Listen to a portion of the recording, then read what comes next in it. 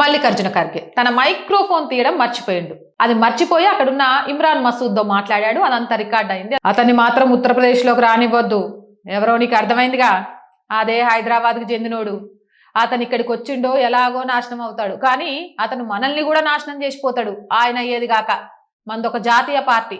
హైదరాబాద్లో 3 విషయాలు ప్రసిద్ధి చెందినాయి: షేర్వాణి, బిర్యానీ మరియు పరేషాని. మనకు అలాంటి పరేషాని అవసరం లేదు, ఎందుకంటే తెలంగాణలో చూసిండుగా, రెడ్ అయినా రావైనా మా కాడికి రావాల్సిందే, మేమేదనుకుంటే అదే జరుగుద్ది అనేసరికి పాపం కాంగ్రెస్ అధ్యక్షుడు మల్లికార్జున ఖర్గే కూడా ఒక జాతీయ పార్టీ, సుడో సెక్యులర్ పార్టీ ఈ రోజు ఒక ముస్లిం పార్టీకి భయపడిపోతుంది. కాబట్టి సుడో హిందువులు కూడా నేర్చుకోండి. చూసిండ్రా, తన దాకా వచ్చేసరికి తన కొంప కొల్లేరు అవ్వడమే కాదు, వాడి నాశనం ఇవ్వడమే కాదు, వీళ్ళ కొంప కూడా కొల్లేరు చేస్తాడని అర్థమైంది. కాంగ్రెస్ ఒక జాతీయ మరియు దేశంలోనే పురాతన పార్టీ, కానీ ఒక ఓవైసీకి భయపడుతున్నారు. నాయకత్వం ఒక మూర్ఖుడు మరియు అనర్హుడి చేతిలో ఉన్నప్పుడు ఇలా జరుగుతుంది అంటుండు.